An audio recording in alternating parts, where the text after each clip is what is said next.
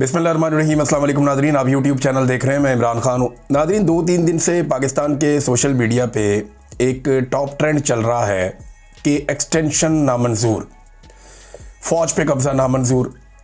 और अब इमरान खान साहब ने जो बातें की उनमें 2 ट्रेंड और चल रहे हैं कि जहनी मरीज़ नामंजूर, और एक चल रहा है कि आज़ादी हासिल करेंगे या मौत। अब ये ट्रेंड लगातार पाकिस्तान के सोशल मीडिया पे चल रहे हैं, जो पाकिस्तान की यूथ और नौजवानों के अंदर जो जज्बात हैं उन्हें जाहिर करते हैं। क्योंकि देखें, जो 27वीं आईनी तरमीम है उसको जोड़ा जा रहा है मौजूदा आर्मी चीफ फील्ड मार्शल के बढ़ते हुए इख्तियारात के साथ।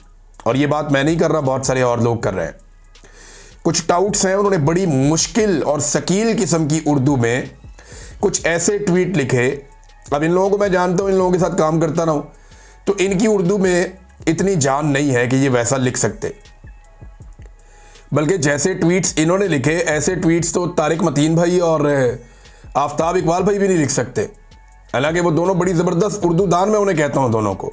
वो बड़ी अच्छी उर्दू बोलते हैं, उर्दू को बड़ा अच्छा जानते हैं। वो भी इस तरह की ट्वीट नहीं लिखते जिस तरह की ट्वीट्स इन टाउट्स को लिख कर दी गई।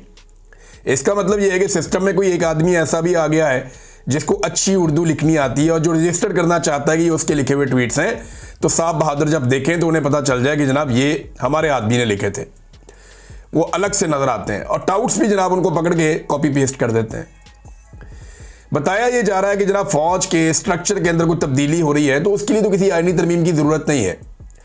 फौज की जो ऑपरेशनल सलाहियतें हैं उनके अंदर कुछ अगर उनको दिक्कत है तो वो इंटरनली मैनेज कर सकते हैं। फौज का अंदर पूरा एक मैकेनिज्म है, वो उसको जो चाहे कर सकते हैं। लेकिन यहां पे मामला आईन में तरमीम का है।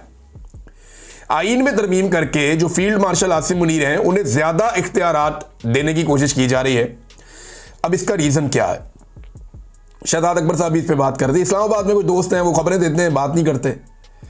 यानी जितने जर्नलिस्ट हैं इस्लामाबाद में, उनसे आप बात करें तो वो खबरें दे देते हैं, बात नहीं करते। और वो ये कहते हैं जी कि अगर हमने बात की तो हम फंस जाएंगे। वहां इस्लामाबाद में बैठ के बात करना बड़ा मुश्किल है। लेकिन जो पिक्चर पूरी बन रही है वो ये है कि आसिम मुनीर साहब के अंदर एक खौफ है, एक परेशानी है कि मेरा बनेगा क्या। क्योंकि जो कुछ पाकिस्तान में हो गया है ना, जितनी दफ़ा कत्लेआम हो गया, जितना पाकिस्तान में जुल्म हो गया, मजहबी सियासी जमातों के बंदे मार दिए, पीटीआई के बंदे मार दिए, हर एक जगह के ऊपर जुल्म बर्बरियत, जो बलूचिस्तान में खवातीन के साथ किया, जो कबायली इलाकों में नौजवानों और बच्चों के साथ किया, ये जो कुछ भी पाकिस्तान में हो रहा है, एक आर्मी चीफ के ऊपर इसका बोझ तो होगा, ये ऑब्वियस है। वो इसको ठीक समझ के भी कर रहा हो तो उसके ऊपर ये बोझ तो रहेगा। तो अपने आप को महफूज रखने की एक जो जबिलत है इंसान के अंदर, वो तो होती है। इससे पहले वो फील्ड मार्शल बने ताकि ताहयात वो एक मिलिट्री ऑफिसर रहें, उनकी रिटायरमेंट कभी ना हो।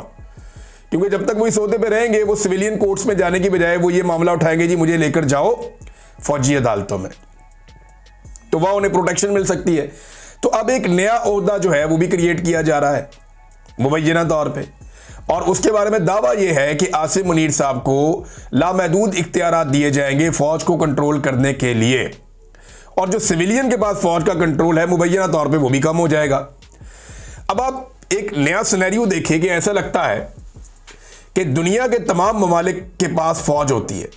यानी दुनिया का जो हर मुल्क है उसके अंदर एक फौज होती है ना, जो उस मुल्क के मुताबिक काम करती है। दुनिया के हर मुल्क के बाद अमेरिका, यूरोप के सारे मुल्क, ऑस्ट्रेलिया, चाइना, रशिया, सबके पास एक एक फौज है। लेकिन पाकिस्तान इस तरमीम के बाद जो पिक्चर खींची जा रही है, अगर वो हो जाता है तो एक ऐसा मुल्क बन सकता है जहां पे एक फौज के पास एक मुल्क होगा। मुल्क के पास फौज नहीं होगी, फौज के बाद एक मुल्क होगा कि जनाब ये मुल्क हमारे पास है, अब हम फैसला करेंगे इसे कैसे चलाना है। देखिए ना, कल वो क्या बता रहे थे कि जनाब सोने के ज़खायर का पता चला है तो आर्मी चीफ को जाके बता दिया गया। क्यों जी? उनका ताल्लुक क्या है सोने के ज़खायर से? उन्हें आर्मी चीफ लगाया हुआ भाई, उन्होंने जाके हिफाजत करनी है दुनिया में पाकिस्तान की। उन्होंने मादनियात नहीं खोदनी, ना ये उनका काम है, ना उनसे ये होगा, ना इसके लिए वो ट्रेंड है, ना इसकी उनके पास तालीम है। बहरहाल ये अब तरमीम जो है वो मुतनाज़ होती जा रही है। बंदे लॉन्च हो रहे हैं तरमीम के लिए। फैसल वाडा लॉन्च हो चुके हैं, MQM लॉन्च हो चुकी है, कुछ और तोहफे जो हैं वो लॉन्च हो गए, कुछ अभी मज़ीद निकाले जाएंगे, उनको धूप लगवाई जाएगी। जो लोग बिल्कुल पसे पर्दा चले जाते हैं उन्हें निकाल के अपने अपने असासों को लाया जा रहा है कि निकलो भाई, निकल के बताओ कि आईनी तरमीम तो हर हाल में पास करनी है, इसके अलावा तो हल कोई नहीं है।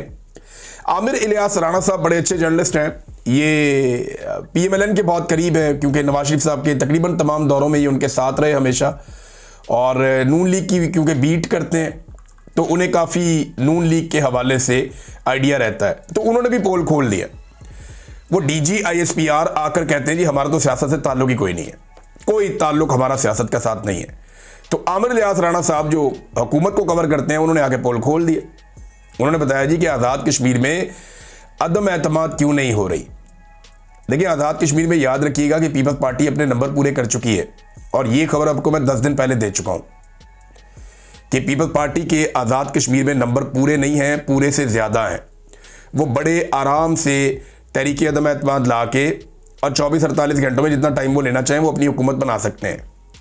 और जो वहाँ वज़ीर आज़म है वो ऑप्शन भी सोच रहा था इस्तीफ़ा देने की, लेकिन आमिर इलियास राणा साहब ने ये बात की, मोहसिन बेग ने भी ये बात की जो मौजूदा आर्मी चीफ के ताल्लुक वाले पुराने, जब ये आर्मी चीफ बने तो उनकी और इनकी एक हंसते हुए तस्वीर बहुत वायरल हुई थी। फौज कहती है हमारा सियासत में किरदार नहीं है। ये बता रहे हैं कि अगलों ने रोक दी है तहरीक अदम एतमाद आज़ाद कश्मीर में कि पहले 27वीं तरमीम करो फिर अगली चीज़ें मिलेंगी, कुछ लो और कुछ दो होना है। 27वीं तरमीम दो, गिलगित बल्तिस्तान और आज़ाद कश्मीर लो, यही सौदेबाजी है जनाब। ये सौदेबाजी जो है वो आमिर इलियास राणा साहब ने बताई, तो चीज़ें ऐसे एक एक करके जो है वो खुल जाती हैं। एक और इंटरेस्टिंग नाजरीन और बड़ी खबर है, और ये अमेरिका से है, मैं इसलिए बीच में सुना रहा हूं कि पाकिस्तान के निज़ाम को आप देखें, पाकिस्तान आगे क्यों नहीं बढ़ पाता, और अमेरिका को हम क्यों कहते हैं सुपर पावर है, बहुत ताकतवर है। देखें, पाकिस्तान की फ़ौज अमरीकी फ़ौज के सामने बहुत कमज़ोर है। पाकिस्तानी फ़ौज के हथियार अमरीकी फ़ौज के हथियारों के सामने बहुत कमज़ोर हैं। पाकिस्तान का फील्ड मार्शल भी हो तो उसकी अहमियत अमरीकी फ़ौज के सामने क्या होती है ये आप सब अच्छी तरह जानते हैं।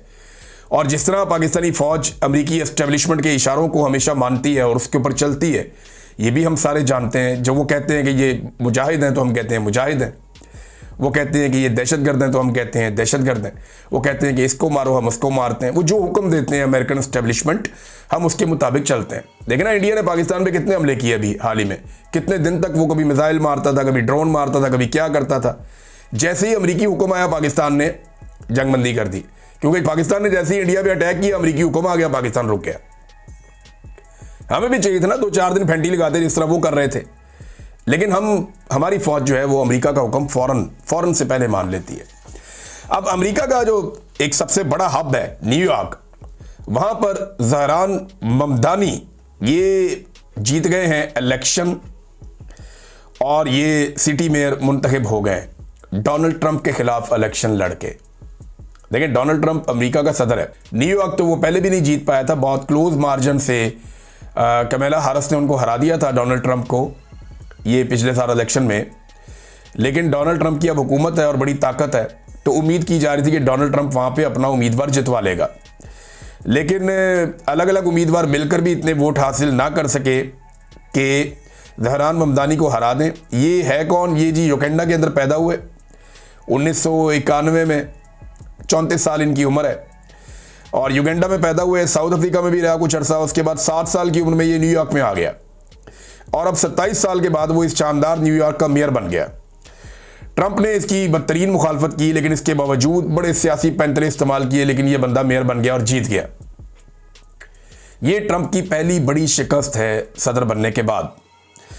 ट्रंप के खिलाफ बहुत ज़्यादा जज्बात पैदा हो चुके हैं अमेरिका में, और बहुत बड़े बड़े एहतजाज भी हुए। ऐसे एहतजाज तारीख में कभी नहीं हुए किसी सदर के खिलाफ पहले ही साल में, जैसे डोनाल्ड ट्रंप के खिलाफ हो रहे हैं। नाज़रीन, ये वीलॉग में अब तक लिए इतना ही, बाकी चीज़ें मैं आपके साथ नेक्स्ट वीलॉग में शेयर करूंगा। अपना ख्याल रखिएगा, अपने चैनल का भी। अल्लाह हाफिज़।